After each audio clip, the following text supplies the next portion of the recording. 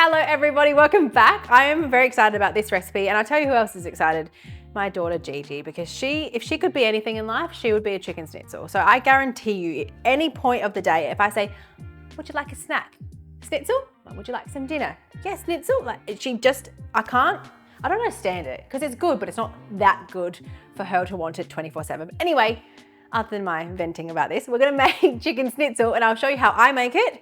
I make it obviously with a few less herbs for Gigi, because she's about like very, very, very similar to us, but here goes this. It's very easy. Let's get into it. So I've got some chicken breast here. I've cut off the tenderloin piece because I don't like cutting it. I just make different schnitzels with the tenderloin by itself once you get the little gooey bit out. Anyway, we're gonna cut the schnitzel first. So here we go. I'll get this out of the way. Have a look. I don't bash mine down with the mallet. I just cut them really thinly as I can. So you need a sharp knife. Being very careful. Watch yourself, watch this. You're gonna put some pressure. You're gonna cut all the bits off the chicken breast first, because you know that I'm very particular about that. Once this is off, you're gonna put pressure on the top of the schnitzel, and you're gonna slide your knife all the way through, but you wanna be really careful and do it really slow, because you don't wanna go too fast and then cut your hand. So you're gonna go pressure on the top, little slight back and forth with your knife, pointing it flat to your hand all the way, and then you have a perfect thin schnitzel. So that's exactly what we'd like. I like them thin. You can now put a little baking paper over them and bash them with a little like mallet thing. I don't do it. It's another step. You don't have to, but you definitely can to make them like bigger, but no need for these ones. So then again, with the whole fillet, you're just gonna keep going in little slices until you reach the end. So we've probably got another 2 here, all the way. Maybe even just the 3. That's probably it. 1. See, that probably for me is like too thick, so I'm gonna slice that up a little bit more. Make a small one. Here we go. All right, so we've got 1, 2, 3 really thinly sliced chicken strips. We're gonna do that with the other breast, and then we're going to go onto our crumb. So with the crumb, I use panko breadcrumbs. The reason why I use them is because I like them and they're more coarse, which means more crispier bite, I feel. And I find they freeze really well and they dehydrate. They defrost really well. Dehydrate was not the word I needed. They defrost really well. So I like them. You can see how coarse they actually are when you pick them up and run them through your fingers. I much prefer that, so I definitely recommend getting some of those. So in here, I'm just gonna go ahead and say it's up to you what you'd like to put in and how much of it. So same with the gyros video, if you actually watch me do that, I do everything by visually looking at the thing. So I'm gonna do, it's about 2 cups of panko breadcrumbs in here to do 2 schnitzels. That will have leftovers, but that's okay. So I'm gonna start with absolute basics with a bit of salt. So flaked salt, again, a 5-finger Leah pinch is what you want. We're gonna throw that in there. I'd probably do 2 of those, if I'm honest. And this is an honesty show, so we need to do 2 of those. Okay, 2 salt pinches, 1 big pepper pinch, black cracked pepper, 1 big one of those. See, it's looking fab. Still needs more, but it's looking fab. I use paprika. You can use some smoked one for a bit of sass, you know, in your meal, but this is just regular. I'm gonna sprinkle from the start of the bowl to the end of the bowl. So we're gonna go all the way. Just a little sprinkle. Oh, there's little bowls in there. Perfect. There we go. Pop them. We'll start with that and then we'll keep going. So then I have garlic powder and onion powder. These are optional. So sometimes I put them in, sometimes I don't, but today's the day I'm putting them in. So again, start to finish of the bowl. I'm gonna go all the way over. You kind of wanna make sure you're like seasoning the whole thing. Even though this is just crumb, you wanna season the whole thing. Over. Oh, I went back with that one, because it was garlic, so you just had to. And then I use dried oregano. So with a herb, you can use fresh dried rosemary, you can use dried thyme. I like oregano in everything. You have to. So 5-finger Leah pinch again, huge pinch. I'm gonna put that whole thing over the top. Now, do we love it? I think so, but I'm gonna mix it with my hands just to have a look, just to make sure I think that it looks seasoned enough. You can add some like turmeric in here to make it, if you're making chicken nuggets, exactly the same method, but just chopping it up a little small. You can add some turmeric so they look really yellow and really delicious. But I think in my seasonal opinion, aka seasoning, I think it needs more. So I'm gonna go in with more paprika over the top. And then you can't go wrong with more garlic powder. It's not a thing. And then a little bit more oregano. We'll leave the salt out of it for this time. Now we're gonna mix it. And then that to me looks really, really good. So check out this. Each piece you can see has been seasoned. You wanna make sure the whole thing, because you don't wanna dump chicken breast into here for it to taste like nothing, if that makes sense. You kind of want this to be really, really seasoned and perfect. Now, question will be, do I use flour? I don't use flour as like a second. So some people dip it in flour, then in egg, then in breadcrumb. I don't do the flour section. I just can't be bothered. My mum does, but I don't. So again, we're an honesty program. We're not doing this. We're doing real time what I actually do. So we've got eggs, 1 bowl of eggs, 1 bowl of your crumb. So the crumb is done for now. If you want to add in extra herbs, you absolutely can. But that is, for me, is an absolute basic herb rub. It's super easy. So I'm gonna get some cracked eggs in here. Probably 2 is plenty, 2 to 3. Maybe I'll do 3. Now these aren't Leah's eggs, which is surprising because Mum went to her house yesterday and usually we get a bunch of eggs. But anyways, yeah, will be upset with me for using store-bought eggs. All right, here we go. We're going to whisk these just with a fork. Make sure they're completely done.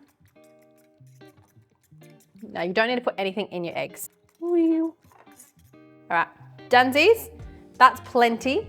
Now with this recipe, when we make them, I can almost guarantee you that I can go into my mum's freezer right now, open it up, and there'll be trays of schnitzels in there, like 100%, because we make them in bulk and then we freeze them, and we freeze them at a certain point, which I'll show you, but they're so easy to make. And again, like Gigi loves them every single night. I have to get them out the freezer. So here we go. In here, with one hand, you want to use, this is gonna be your eggy hand, this is gonna be your crumb hand. So you're gonna use, you can use a fork, but let's be honest, who does that? Oh, my Uber coffee's here. I'm starving. Okay, here's the chicken. We're gonna go straight in from the egg, straight into the crumb. Now with the crumb, this is my little sneak right here. I crush the crumb a little bit as I'm putting it over. So I make it a little bit less coarse than before, and then I press it in to the chicken breast. So press it in, press it in, press it in, all the way, and then flip it over and make sure that you're crushing it over and everything, every single piece of that is completely covered. And now you have your eggy ham, which has egg on it, and your crispy ham, which has nothing on it. See, you don't get stuck bits, it's gross. Now that is a fully coated, delicious crumb schnitzel. Oh, good. All right, now I'm gonna repeat that with the rest of them, and then I'll show you how I freeze. So this is how I freeze them. These are all done. What I do is I just get a regular tray. Doesn't have to be, it can be honestly a chopping board, whatever you like. I put some plastic film down and then put them on top. I layer them in single layers. So I don't wanna make sure they're not like overlapping each other. And then like that. And then I'll put another little layer in between.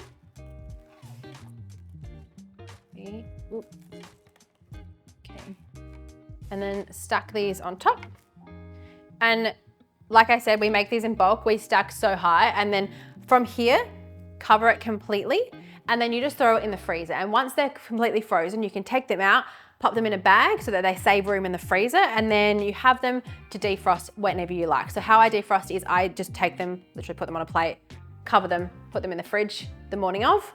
If not, if you're in a rush, you can chuck them in the microwave on a defrost setting. It's not my favorite thing to do because I feel like it gets hot and it just worries me a little bit, but you can do that. But we're not gonna freeze them today because we're all hungry. So we're gonna make them, and I'm gonna show you how we cook them on the pan over there. But this is, how easy was that? Like, this is all done. It's seriously such an easy family meal, but like, let's go cook them. All right, my favorite bit. Now, don't judge me, okay? This is I know it's seen this vibe. So don't want to say shallow fry, but you have to use oil when you are doing schnitzel. Like, you can't use spray. It doesn't cook it as good. It doesn't get as crispy. So if you're feeling it's a bit dry, it's probably because you haven't got enough. And yes, it adds extra, but like just trust in the process. You know what I mean? Okay, so we're just using a neutral oil. We're going to cover the bottom really lightly. Not too much more than that. Okay, so this is obviously a hot pan. You'll see how much you need, but you do need enough for it just to like completely brown all over. Otherwise it just gets a bit dry and it's a bit sad and dry is not how we want our schnitzels to be. So We'll wait for this to heat up, and once this is done, I always do the little test where I just grab a little thing and chuck it in there. I'm like, see, that is not ready to put in because it's not bubbling. I mean, now it is, but it's not as hot. You want it to go in when it's like, you know what I mean? So here we go. We'll wait it out. Almost. It's almost there. Like you want it to be like straight away. That took a little bit. You're probably thinking like, I'm not seeing what you're seeing, but I promise you, it's a real test. Or you just, yeah, it's a real test, I promise. Okay, ready? Come on, give it to me. Okay, fine. I think it's ready. I'm just being picky. So here we go. Straight into the pan. There we go. Still, it's not as hot as I would like, but anyway, chucking them all in. Then make sure you just pop that oil all the way around. Small one in. Tuck that around. All right. Now, we just let them cook until they're nice and brown underneath, and then we flip, cook for another couple of minutes until they're brown on either side. Then guys, we are done. All right, we've had a look. It smells really good. I was just telling everyone that it smells delicious and garlicky, so I hope you can smell that through the camera. So we're gonna flip. Look at that. Oh yeah. That is some crispy schnitzel. And no, I don't have fingerprints. I do this all the time. Flip it over. Yummy. How good's that? Now we're gonna cook for another couple of minutes on either side, and we are done. Love it. All right, check this out. Here we go. So I've got a little paper towel just to catch any of that oil dripped. Here we go. Stuff it on. Look at that. Oh yeah. That, please tell me you got a close up. Have a look at that. Check. That's me and my child over here because this is all she'll eat tonight. But that's it. Let's turn this off. And here we go. How freaking good is that? So this is obviously so easy, such an easy family-friendly meal. You can make this with beef as well if you just get some steaks, cut them really, really thinly. It's so simple. Fish as well. I tricked Gigi once into having fish and she loved it. And she says, more schnitzel, and I was like, sure. So you can literally do it with anything. Honestly, it's really, really delicious. The recipe is in the caption below. Try this, freeze it, have it for your family. Let me know if you like it. And if you do, please subscribe and comment and give this a like and tell me how much you love it because I'm very, very excited about this. I'm very excited to share this, and Gigi will be very proud of me for sharing this recipe with you. So have the greatest day, and I'll see you next Monday.